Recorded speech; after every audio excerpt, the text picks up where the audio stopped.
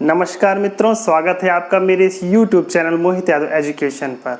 जैसा कि आपको पता है कि यूपी आरएनएल में जो जेई की वैकेंसी आई थी उसके फाइनल रिजल्ट्स आ चुके हैं और उनके लिए ज्वाइनिंग का भी समय आ गया है। तो मैं इस वीडियो में आपको बताने जा रहा हूं कि किस प्रकार से ज्वाइनिंग होगी, ज्वाइनिंग के समय आपको क्या डॉक्यूमेंट्स की ज़रूरत होंगे।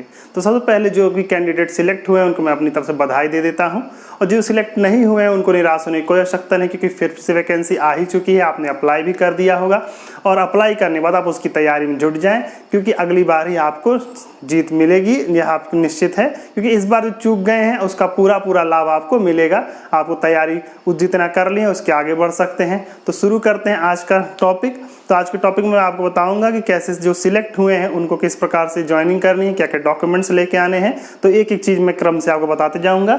देखिए, मैंने सामने आपके लिए बना दिया है एक तो चार्ट। इस चार्ट के हिसाब से मैं क्रम से आपको एक एक चीज़ बताते जाता हूँ।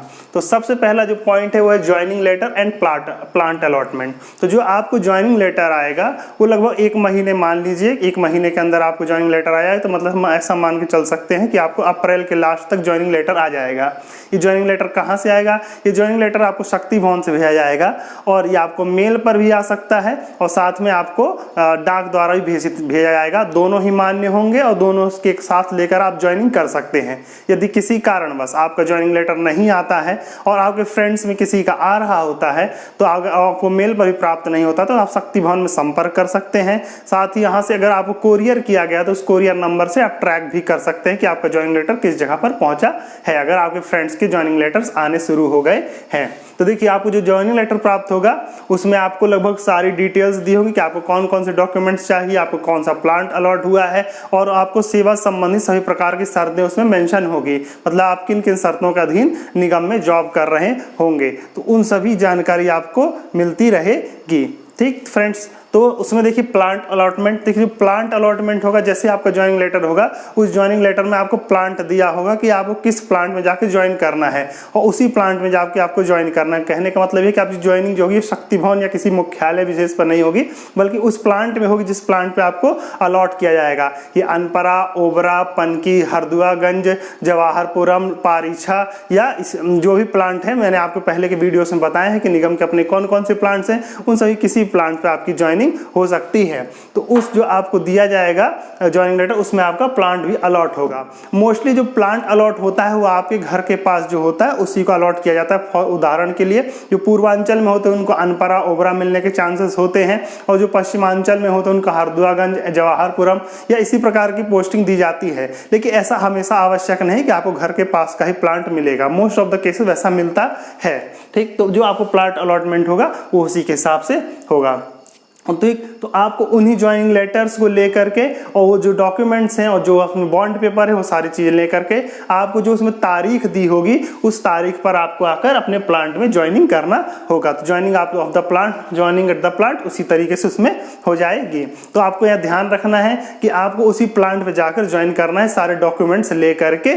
तो ऐसा मान के चलिए कि अगर आपको 1 महीने बाद ज्वाइनिंग लेटर आएगा तो उसके 1 महीने बाद की लगभग आपकी ज्वाइनिंग होंगी। तो ये मान लीजिए कि अगर आपको अप्रैल लास्ट तक ज्वाइनिंग लेटर मिल रहा है तो मई के लास्ट तक आपकी ज्वाइनिंग या फिर जून के स्टार्टिंग में आपकी ज्वाइनिंग हो जाएगी। तो ज्वाइनिंग के समय देखिए जो डॉक्यूमेंट्स है, यदि भी इसमें पूरा आपका लिखा होगा कि आपको क्या लाना है, कितना लाना है और कौन से फोटोज लाने हैं, आपको आइडेंटिटी कार्ड लाना है, वो सब। लेकिन मैं आपको मोटा मोटा कुछ चीजें बता दे रहा हूं जो कि आपको जरूरत पड़ेगी ही पड़ेगी। ठीक, लेकिन देखिए पहले आप ये जान लीजिए कि जब आपका ज्वाइनिंग लेटर ना आ जाए तब तक आप इसमें से डॉक्यूमेंट प्रिपेयर मत कीजिए। ज्वाइनिंग लेटर आने के बाद ही डॉक्यूमेंट प्रिपेयर कीजिए, क्योंकि हो सकता है उसमें कुछ सेवाएं या कुछ शर्तें बदल जाएं, तो उसके हिसाब से फिर आपका जो डॉक्यूमेंट तैयार कराएंगे वो बिगड़ सकता है या बदल भी सकता है, तो फिर आपको दोबारा मेहनत करनी पड़ेगी। इसीलिए पहले ज्वाइनिंग लेटर आ जाने दीजिएगा, उसके बाद अपनी प्रिपरेशन आप तैयार कीजिएगा। फिर भी मैं आपको सभी के बारे में डिटेल से बता देता हूं। तो सबसे पहले जो तीसरा पॉइंट है आपका, ये देखिए 2 पॉइंट मैंने बता दी, ज्वाइनिंग लेटर और प्लांट अलॉटमेंट, और ज्वाइनिंग एट द प्लांट भी बता दिया है। अब मैं आपको बताता हूं तो कैरेक्टर सर्टिफिकेट। देखिए आपको यहाँ पे लाने के से पहले चरित्र प्रमाण पत्र, कैरेक्टर सर्टिफिकेट लाना लाना पड़ेगा। तो कैरेक्टर सर्टिफिकेट देखिए, एक तो आपको वहां से लाना है जिस इंस्टीट्यूट में आपने लास्ट में पढ़ा था, मतलब लास्ट इंस्टीट्यूट आपने जहां पर अटेंड किया था।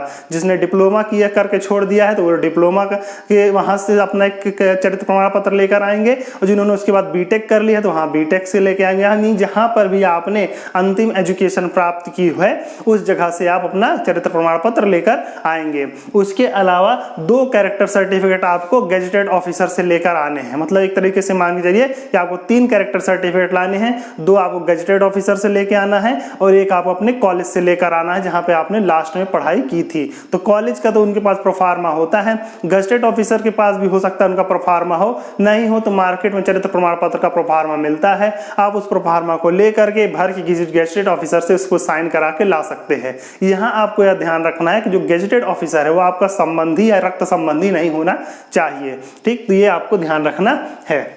तो हो गई कैरेक्टर सर्टिफिकेट की बात। अब बचते हैं all educational and category claim certificate. ये वही सर्टिफिकेट्स हैं जो आपने डॉक्यूमेंट वेरिफिकेशन डीवी के समय जमा किए थे। तो उसमें आपके सारे एजुकेशनल सर्टिफिकेट होंगे, हाई स्कूल, इंटर या जिन्होंने डिप्लोमा किया, जिन्होंने बीटेक किया वो भी, और इसके अलावा आपने जो अपनी कैटेगरी यानी ओबीसी, एससी, पीडब्ल्यूडी या एक्स सर्विसमैन जो भी आपने सर्टिफिकेट्स दिए होंगे वो सारे सर्टिफिकेट्स भी आपको लेकर आने हैं, क्योंकि उसकी एक कॉपी यहाँ पर भी जमा होती है। तो आपको अपने लगभग सारे एजुकेशनल सर्टिफिकेट लेके आना है और साथ में कैटेगरी क्लेम सर्टिफिकेट, मतलब जो भी कैटेगरी आपने क्लेम की है उसका सर्टिफिकेट भी लेकर आना है।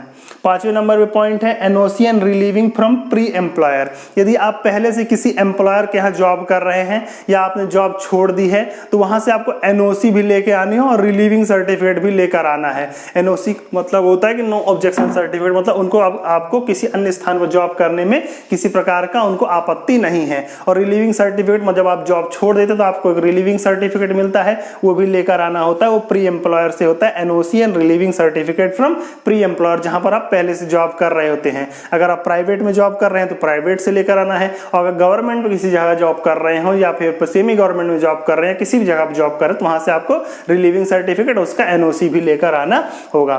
फिर बचता है 6वें नंबर पे मेडिकल सर्टिफिकेट। देखिए मेडिकल सर्टिफिकेट के लिए आपको क्या करना पड़ेगा, आप देखिए अगर जो आपको ज्वाइनिंग लेटर होगा उसमें एक प्रोफार्मा दिया होगा, और अगर प्रोफार्मा नहीं भी दिया है तो आपके जो डिस्ट्रिक्ट है वहां के सीएमओ, जरूरी नहीं है आप अपने डिस्ट्रिक्ट में, यूपी में आप जिस जगह भी रह रहे हो, मान लीजिए आप मेरठ के हैं और इस वक्त इलाहाबाद में, तो आप इलाहाबाद में जाकर भी अपना मेडिकल सर्टिफिकेट बनवा सकते हैं। मतलब आपको जो मेडिकल सर्टिफिकेट बनवाना है वो सीएमओ से ही बनवाना है। तो ये सीएमओ आपके हर डिस्ट्रिक्ट में एक ठो होता है। उदाहरण के लिए प्रयागराज डिस्ट्रिक्ट में तेज बहादुर सप्पू चिकित्सालय बेली रोड के बगल में ही मुख्य चिकित्सा अधिकारी का कार्यालय, वहां से आप बनवा सकते हैं। बहुत ही कम रेट पर वहां बन जाता है, वहां 20 रुपए मात्र लगता है आपका मेडिकल सर्टिफिकेट बनाने का। उसके अतिरिक्त तो किसी प्रकार का पैसा नहीं लगता, बस आपको अपनी जांचें करानी होती है, वो भी मुफ्त होती हैं, जो तेज बहादुर सप्पू चिकित्सालय में हो जाती हैं। मतलब 20 रुपए में आपको मेडिकल सर्टिफिकेट वहां पे आसानी से तैयार हो जाएगा। किसी प्रकार के आपको ज्यादा मेहनत भी नहीं करनी पड़ेगी, एक दिन का काम है। अगर आप जल्दी सुबह चले जाएंगे 10 बजे तो आपको जल्दी से लगभग 12 से 1 बजे तक में आपका सर्टिफिकेट बन जाएगा सभी जांचों के साथ, क्योंकि वहां जांचें भी आसानी से हो जाती हैं, लगभग सभी प्रकार की जांचें उपलब्ध भी है। आंख, नाक, कान, गला ये करते हैं, ब्लड टेस्ट सैंपल लेते हैं और आपका मेडिकल सर्टिफिकेट तैयार करके देते हैं। तो ये इलाहाबाद का प्रोसीजर है। बाकी डिस्ट्रिक्ट भी आप देख सकते हैं, आपको अपने सीएमओ से लेकर आना है, जरूरी आप किसी भी डिस्ट्रिक्ट से लेके आ सकते हैं, लेकिन सीएमओ का होना चाहिए, चीफ मेडिकल ऑफिसर, जो कि डिस्ट्रिक्ट में एक ही होता है। तो वहां से आप मेडिकल सर्टिफिकेट ले आते सकते हैं। तो 7वें नंबर पे डिक्लेरेशन सर्टिफिकेट। तो डिक्लेरेशन मतलब घोषणा पत्र होते हैं, जो कि जब आपको ज्वाइनिंग लेटर प्रदान किया जाएगा तो उस ज्वाइनिंग लेटर में विभिन्न प्रकार के घोषणा पत्र होंगे, उनको आपको भरकर लाना होगा। उसमें किसी विशेष व्यक्ति का साइन नहीं होता, सारे साइन आपको ही करने होते हैं। उसमें मतलब किसी विभिन्न प्रकार की घोषणाएं होती हैं। जैसे क्या क्या घोषणा होती है, सबसे पहले प्रॉपर्टी डिक्लेरेशन। तो मतलब प्रॉपर्टी मतलब आपकी संपत्ति कितनी है उसको आपको डिक्लेयर करना पड़ता है। चल संपत्ति, अचल संपत्ति। चल संपत्ति मतलब इस प्रकार की संपत्ति जो खर्च हो जाती है समय के साथ, ये समय के साथ आप एक दूसरे को आसानी से दे सकते हैं। अचल संपत्ति जैसे आपका भूमि है, संपदा है, आवास है या उनका मकान है, तो ये क्या है, अचल संपत्ति में आते हैं। तो इसमें क्या है, अचल संपत्ति आपको आसानी से एक दूसरे व्यक्ति से दूसरे व्यक्ति से आसानी से ट्रांसफर नहीं हो पाते हैं, इसलिए इनको क्या कहते हैं, प्रॉपर्टी सेफ्टी, मतलब अपने स्थान से चल नहीं सकते, तो अचल संपत्ति है। इनका डिक्लेरेशन आपको देना पड़ता है, मतलब आपको लिख के देना पड़ता है कि आपके पास कितनी संपत्ति है। इसके अलावा आपके पास कितना म्यूचुअल फंड में आपने इन्वेस्ट कर रखा है, एफडी कितनी कर रखी है, शेयर मार्केट में कितना इन्वेस्ट कर रखा है, आपके पास स्वयं की कितनी संपत्ति है, आप घरेलू सामान, ये आपको अपनी प्रॉपर्टी यहाँ डिक्लेयर करना पड़ेगा। यहाँ पर ये चीज ध्यान दीजिए कि आपके माता पिता की जो संपत्ति वो अलग है और आपकी संपत्ति अलग है। उदाहरण के लिए आप जिस आवास में रह रहे हैं, यदि वो आपके घर में रह रहे हैं, वो आपके नाम पे नहीं है तो आपकी संपत्ति नहीं है, वो आपके माता पिता की संपत्ति है। ठीक, तो इसी प्रकार जब तक जो वस्तु आपके नाम पर नहीं है वो आपकी संपत्ति नहीं है, जो किसी और के नाम पे है तो वो दूसरे की संपत्ति है। यदि आप विवाहित है तो आपकी संपत्ति और आपकी पत्नी दोनों की संपत्ति आपको डिक्लेयर करना पड़ेगा। तो ये जो है ये प्रॉपर्टी डिक्लेरेशन सर्टिफिकेट है, ये आपको स्वयं भरना है, स्वयं साइन करना है, इसमें किसी की दूसरे व्यक्ति किसी के हस्ताक्षर की आवश्यकता नहीं है।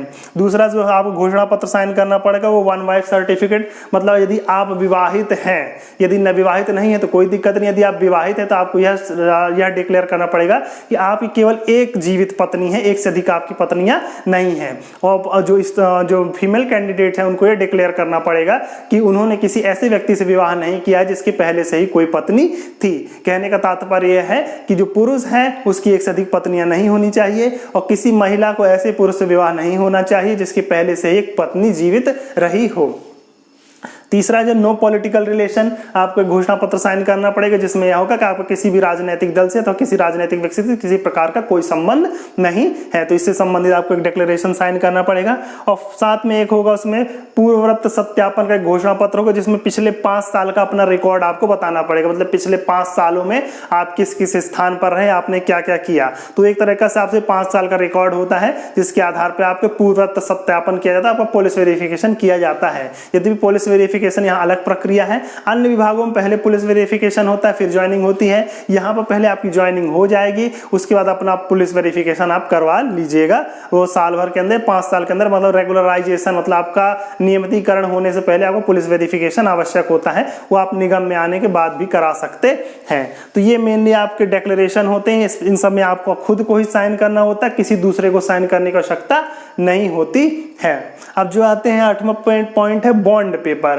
देखिए जब आप वैकेंसी फिलअप कर रहे हैं तो आपने एडवर्टाइजमेंट में पढ़ा होगा कि आपको एक 1.5 लाख का बॉन्ड पेपर साइन करना होगा, जो कि 3 वर्षों के भीतर यदि आप निगम की सेवा से छोड़ते हैं या निगम की सेवा छोड़कर किसी दूसरे स्थान पर जॉब करने के लिए जाते हैं तो आपको 1.5 लाख रुपए का बॉन्ड पेपर देना होगा। इसके बारे में मैंने पहले भी आपको बताया है कि ये जो 3 वर्ष का बॉन्ड पेपर है 1.5 लाख रुपए का, यदि आप निगम से संबंधित दूसरे निगमों में जाते हैं, जैसे अगर आप यूपीआरएनएल ज्वाइन किए हैं, इसको छोड़कर यूपीपीसीएल में चले जाते हैं या जल विद्युत निगम में चले जाते हैं या इसी प्रकार के ट्रांसमिशन में निगम में चले जाते हैं, मतलब अगर आप उत्तर प्रदेश राज्य विद्युत परिषद जो था पूर्व में था उसके बाइफरफिकेशन मतलब कई भागों में बंट जाने के बाद जो अलग अलग कंपनियां बन गई थी उन सभी में जाते तो आपको ये बॉन्ड पेपर नहीं देना होता है। यह मैं आपको बता देना चाहता हूं कि उत्तर प्रदेश जल विद्युत निगम जो पहले था अब उसको उत्तर प्रदेश राज्य विद्युत उत्पादन निगम में ही मर्ज कर दिया गया, मतलब जल विद्युत और उत्पादन निगम अब एक हो गए हैं। तो जो जल विद्युत के जेई थे वो भी अब उत्पादन निगम के ही जेई हो गए हैं,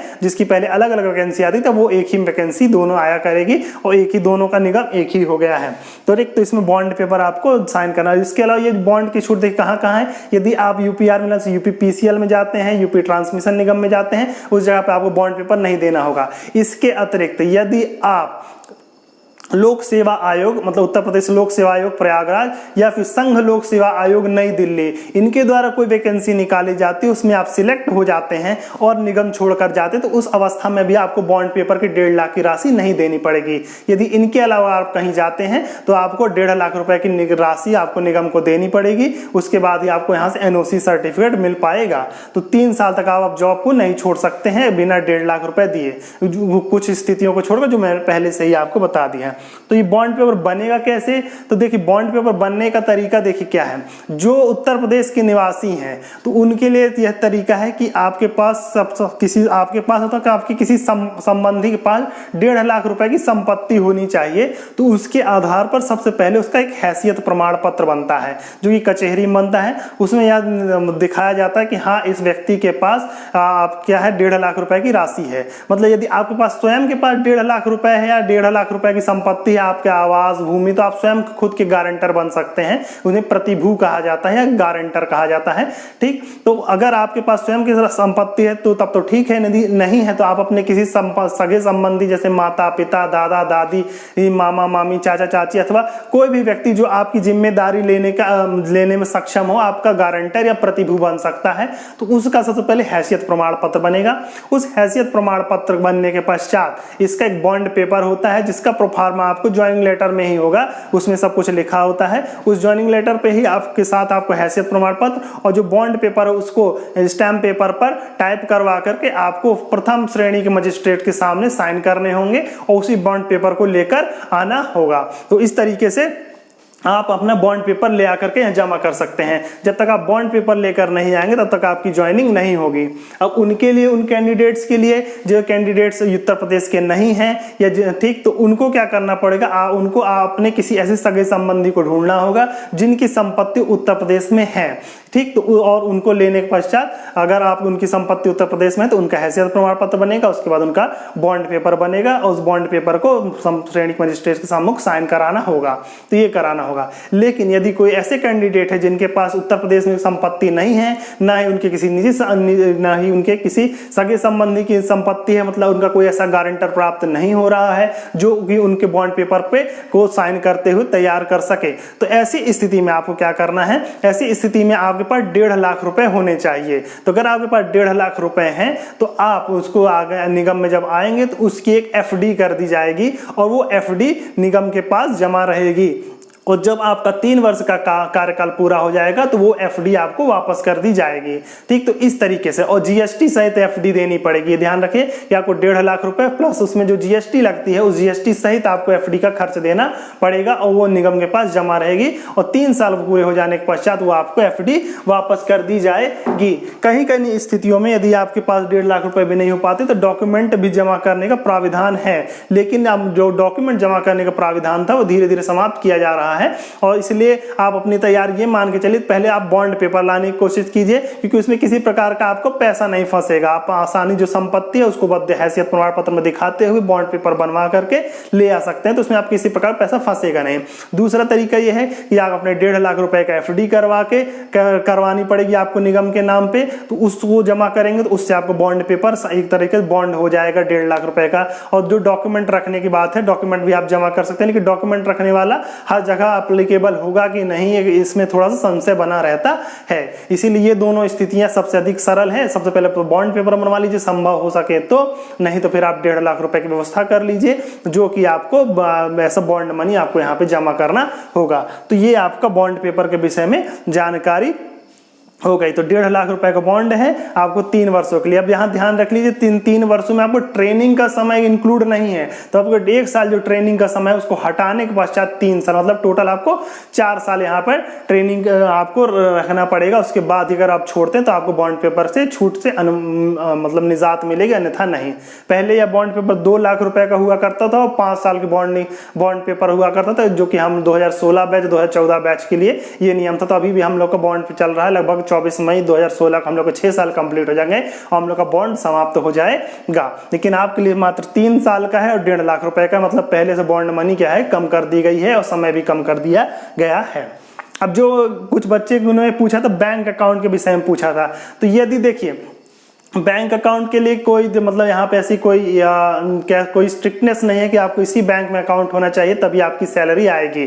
लेकिन मोस्ट ऑफ द केसेस ये होता है कि आप जिस जगह पर जा रहे हैं उस जगह पर जो बैंक सब नज़दीक उपलब्ध होगा वहाँ पर आप अपना बैंक अकाउंट खुलवा लीजिए, और यदि आपका पहले से उस बैंक में अकाउंट है तो आप उसको वहाँ पर ट्रांसफ़र करवा लीजिए। उदाहरण के लिए मेरा बैंक मान लीजिए इलाहाबाद में मेरे SBI का एक अकाउंट है और मेरी पोस्टिंग अनपरा में हो गई है, तो मैं क्या करूँगा, तो इस स्थिति में आप क्या कीजिए कि इलाहाबाद से अपना SBI का अकाउंट यहाँ पे अनपरा में ट्रांसफर करा लीजिए। तो यहाँ इससे क्या होता है, भाग दौड़ कम हो जाती है। कई बार आपको बैंक जाना पड़ सकता है किसी काम के लिए, तो उस स्थिति में आसानी हो जाता है कि आसानी से सैलरी आपकी आती रहेगी, आपको जो भी काम करने का आसानी से यहाँ से होते रहेंगे। तो ये कर सकते हैं। दूसरा तरीका ये है कि यदि आपको बैंक मतलब पुराना बैंक अकाउंट ट्रांसफर नहीं कराना है, जिस जगह पे आपकी ज्वाइनिंग होगी वहीं पे जाकर आप अपना अकाउंट खुलवा लीजिएगा। अकाउंट खोलना बहुत ही आसान हो जाता है, क्योंकि मोस्टली जो बैंक होते हैं वो कैंपस में ही होते हैं। उदाहरण के लिए जो अनपरा ब्रांच है यहाँ पर पास में आपका SBI का भी अकाउंट ब्रांच है, एक उसके अलावा सिंडिकेट बैंक भी है, इलाहाबाद बैंक है, बैंक ऑफ बड़ौदा भी है और भी कई बैंक यहाँ पर उपलब्ध हैं, एक्सिस बैंक, ICICI बैंक भी उपलब्ध हैं। तो इनमें भी आप अपने खाते खुलवा सकते हैं और सैलरी ले सकते हैं। मतलब सैलरी लेने के लिए आप कोई भी अकाउंट यहाँ पे अपलोड कर सकते हैं। अब तो इलेक्ट्रॉनिक NEFT सिस्टम्स आ गए हैं, तो इसमें से किसी भी स्थान पर सैलरी ले सकते हैं आप ऑल इंडिया में, तो इन सबको कोई दिक्कत नहीं है। लेकिन अगर आपका बैंक अकाउंट आपके नज़दीक रहता है तो आपको आने जाने की या बैंकिंग प्रोसीजर करने में, ट्रांजेक्शन करना या अन्य कोई भी किसी प्रकार की समस्या है तो उन सभी को सुलझाने में बहुत आसानी हो जाती है, भाग दौड़ आपको कम करना पड़ता है। तो बैंक अकाउंट के विषय में है, तो आप चाहे तो नया बैंक अकाउंट खुला लीजिएगा या पुराना बैंक अकाउंट है उसी को ट्रांसफर करा लीजिएगा, तो आपका काम बन जाएगा। तीसरा जो बच्चे पूछे थे कि आने के बाद एकोमोडेशन की क्या सुविधा होगी, एकोमोडेशन तो रहने को क्या मिलेगा। तो देखिए जैसे अब आप यहाँ पर आएंगे तो आपको रहने के लिए हॉस्टल अलॉट्स किए जाएंगे, जो शुरू के 1 साल के लिए ट्रेनिंग के लिए होता है। आप चाहें तो उसके बीच में आप क्वार्टर भी अलॉट करा सकते हैं, क्वार्टर उपलब्ध हैं और आप जाते हैं क्वार्टर लेना तो आप उसकी व्यवस्था भी आपके लिए हो जाएगी। साथ में अगर भोजन की व्यवस्था पूछ रहे हैं तो देखिए अलग अलग परियोजनाओं में अलग अलग प्रकार की स्थितियाँ हैं। तो मैं आपको अनपरा की स्थिति बता देता हूँ। अनपरा में भोजन के लिए आप कुछ हॉस्टल्स हैं जहाँ पे भोजन बनाया जाता है, तो आप वहाँ पे जाकर के खाना खा सकते हैं या फिर हॉस्टल में रहते हुए आप खुद की भी भोजन व्यवस्था कर सकते हैं। यहाँ पे मेट्स मिल जाती है जो आपको खाना बना करके दे सकती हैं, या फिर आप स्वयं भी बनाने में सक्षम है तो आप स्वयं बना लीजिए। स्टूडेंट्स लाइफ में बनाते ही होंगे और बैचलर लाइफ में मोस्टली लोग खाना बनाकर ही खाते हैं, क्योंकि आपको आदत होती है तो अच्छा भोजन बनता ही रहता है। खुद के हाथ का बनाया हुआ खाना सबसे अधिक स्वादिष्ट होता है, तो आप जानते ही हैं। ठीक, तो इस तरीके से मैंने लगभग इसमें सभी जानकारी आपको बता दी हैं। अगर आपको फिर भी लगता है कि कुछ छूट गया है या कुछ और जानकारी चाहते हैं तो आप नीचे कमेंट में कमेंट करके आपको देख सकते हैं, पूछ सकते हैं मुझसे और मैं आपके सारे सवालों का जवाब देता हूं। ठीक, तो फ्रेंड्स, तो और कोई दिक्कत हो तो फिर मुझे नीचे आप मेरे टेलीग्राम चैनल पर भी जुड़ सकते हैं, टेलीग्राम मुझे मैसेज कर सकते हैं। ठीक, तो फिर मिलेंगे आपसे तब तक नए वीडियोज़ के साथ। आप चाहें तो मैंने इसका एक वीडियो बनाया हुआ था जिसमें आपको UP आर्मी में सैलरी क्या होगी, क्वार्टर क्या मिलेगा, ट्रेनिंग किस प्रकार से होगी, उस वीडियोस को भी देखना चाहते तो आप मेरे चैनल पे जाकर देख सकते हैं। यदि आप तैयारी कर रहे हैं मैकेनिकल की तो आप मेरे चैनल पे कई प्रकार वीडियोस उपलब्ध हैं जिस पे आप फ्लूइड मैकेनिक्स को पढ़ सकते हैं। इसके अलावा अलग अलग मैंने सब्जेक्ट क्वेश्चंस भी सॉल्व कराए हैं, वो भी आप उसको भी सॉल्व कर सकते हैं, तो आपके लिए काफ़ी हेल्पफुल हो जाएंगे। ठीक फ्रेंड्स, और किसी प्रकार की जानकारी चाहिए हो तो कमेंट बॉक्स में कमेंट कीजिए और मुझसे जानकारी प्राप्त करिए। तो फिर मिलेंगे आपसे, तब तक के लिए धन्यवाद।